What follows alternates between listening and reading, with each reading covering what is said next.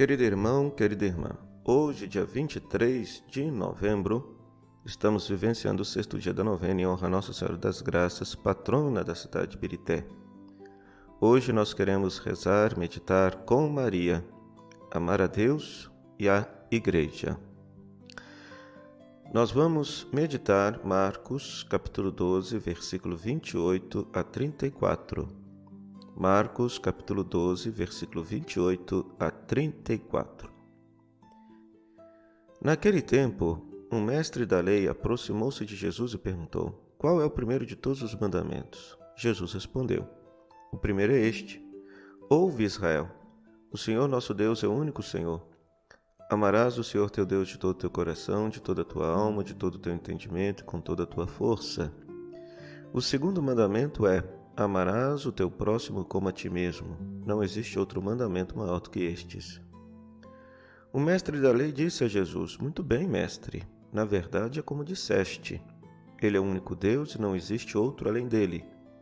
Amá-lo de todo o coração, de toda a mente, com toda a força, e amar o próximo como a si mesmo é melhor que todos os holocaustos e sacrifícios.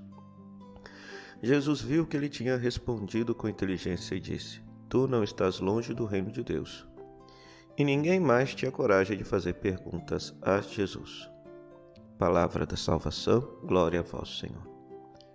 Nesse sexto dia, pedimos a Nossa Senhora, desde o céu, que ela interceda por nós a graça de amar a Deus e amar a Igreja, pois são dois amores indissociáveis, inseparáveis.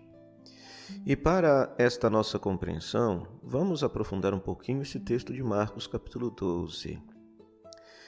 Um mestre da lei, poderíamos dizer um teólogo, se aproxima de Jesus e pergunta qual é o primeiro de todos os mandamentos. Essa pergunta, esse debate de qual era o mandamento mais importante, era um debate normal que acontecia na época de Jesus, uma vez que a religião judaica pregoava que a pessoa, para ser justa e perfeita diante de Deus, ela tinha que saber de cor e praticar 613 mandamentos da lei de Deus. Havia-se sempre o debate judaico, farisaico, rabínico, de qual desses 613 mandamentos era o mais importante. Então Jesus, enquanto profeta, não se furtou desta questão, né? Então Jesus responde citando Deuteronômio capítulo 6. Ele cita o Shema, né? O Shema é uma oração que os judeus faziam 3 vezes ao dia. Ouve, Israel, o Senhor nosso Deus é o único Senhor. Essa oração ensina a unidade, a unicidade de Deus, né? É o grande diferencial do povo de Israel para os povos pagãos. Os povos pagãos eram politeístas e o povo de Israel era monoteísta, acreditava na existência de um só Deus. Então, se existe um só Deus, significa que você precisa amar a Deus com a unidade integral do seu ser. Amar o Senhor teu Deus de todo o teu coração significa amar o Senhor teu Deus com toda a tua decisão, com toda a tua alma significa amar o Senhor teu Deus com toda a tua vida, amar com todo o teu entendimento. Aqui é uma citação do livro do Levítico, né? Um versículozinho do Levítico que Jesus está citando. O entendimento significa amar o Senhor teu Deus com toda a tua inteligência, ou seja, meditar, pensar nas coisas de Deus. E com toda a tua força significa amar o Senhor teu Deus com todos os seus bens. Força que não é força física, mas a palavra hebraica meot significa bens. Então amar o Senhor teu Deus com teu dinheiro, com seus bens materiais. E o interessante é que o teólogo perguntou a Jesus um mandamento e Jesus disse 2. O segundo mandamento é: amarás o Senhor teu Deus, amarás o teu próximo como a si mesmo.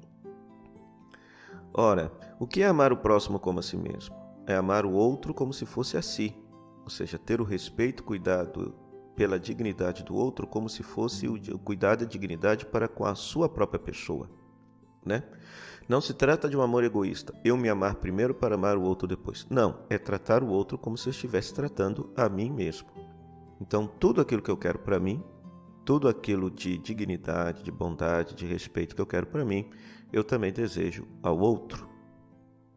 É interessante que no versículo 31, Jesus diz assim: não existe outro mandamento maior do que esses. Está no singular.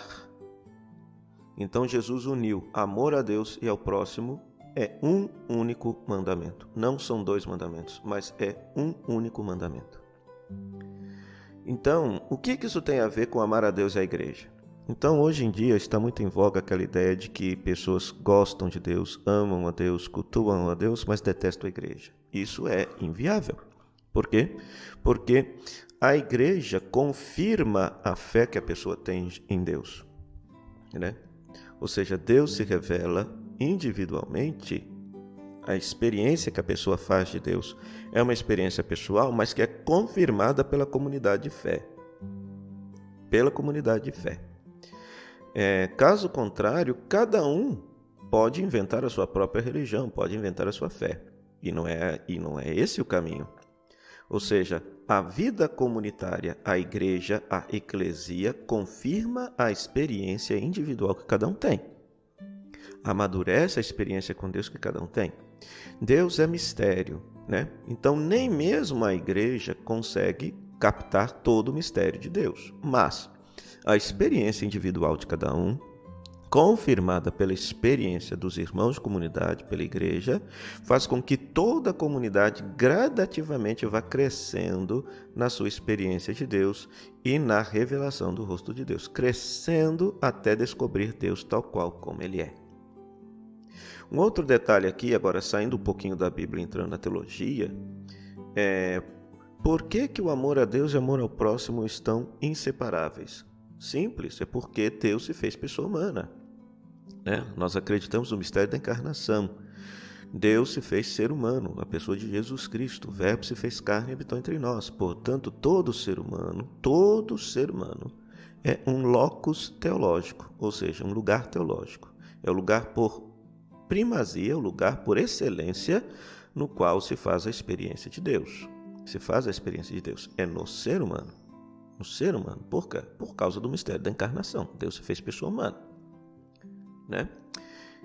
Por isso que, voltando ao texto bíblico, o teólogo vai dizer, né, que amar a Deus e amar ao próximo é melhor do que todos os holocaustos e sacrifícios. Olha só, holocausto e sacrifício é a dimensão litúrgica, é a dimensão da celebração. Tem gente que pensa que ama a Deus na medida em que participa de missa, participa de reza, de novena, de adoração. Mas a gente sabe que na prática tem muita gente que vai na missa, faz reza, faz adoração, mas faz da vida dos outros um inferno. Acha que amar a Deus é prestar culto a Deus dentro da igreja, quando na verdade o culto que Deus quer é o respeito pela integridade do próximo, o irmão de comunidade e qualquer ser humano em geral, de um modo muito especial aqueles que mais sofrem, pois eles eram os destinatários do cuidado pastoral de Jesus. Então ali se dá o verdadeiro culto a Deus, no amor e respeito pela integridade do ser humano. Né? O texto deixa bem claro, amar a Deus e amar ao próximo, que é o único que se trata de um único mandamento, é melhor do que todos os holocaustos e sacrifícios. Todos os holocaustos e sacrifícios. E recebe a confirmação da palavra de Jesus, tu não estás longe do reino de Deus. Por isso, querido irmão, querida irmã, não tem jeito de amar a Deus se não amar a igreja. Não tem jeito de amar a Deus se não amar as pessoas, a comunidade cristã e, de modo geral, cada ser humano. Cada ser humano. Então, que Nossa Senhora desde o céu possa interceder por nós esta graça. Ave Maria, cheia de graça, o Senhor é convosco, bendita sois vós entre as mulheres, e bendito é o fruto do vosso ventre, Jesus. Santa Maria, Mãe de Deus, rogai por nós, pecadores, agora e na hora de nossa morte. Amém. Então, o que você vai fazer agora, meu irmãozinho? Você vai ler 1, 2, 3 vezes esse texto. Esse texto aqui é um discurso de Jesus, é um diálogo entre 2 personagens, então não é uma cena, então você vai fazer a leitura orante. Você vai ler 1, 2, 3 vezes esse texto. Vai reparar qual palavra do texto que mais te chama atenção. E aí você para nesta palavra. Por que esta palavra te chama atenção? O que ela tem a ver com a sua vida? Medite, reflita. Reflita. A partir disto que a palavra te tocou, você conversa com Deus, você reza. A partir daquilo que a palavra te inspirar. Tá? E depois você assume um gesto concreto para poder praticar esta palavra. tá bom? Não se esqueça de, no início, você invocar o Divino Espírito Santo, pois o Espírito Santo é que inspirou a Escritura para nós. Reservar meia hora para fazer esse exercício. E depois de você ter lido, meditado, rezado e, vamos dizer assim, assumido o seu gesto concreto, você vai pegar o seu caderninho espiritual, anotar essa passagem bíblica, o versículo que mais chamou atenção, a palavra que mais chamou atenção, escrever a sua oração e o seu gesto concreto, para que depois você possa partilhar com o seu diretor espiritual. E desta forma, junto com Nossa Senhora, você crescer no conhecimento interno de nosso Senhor Jesus Cristo. Que Deus te abençoe por intercessão de Nossa Senhora das Graças.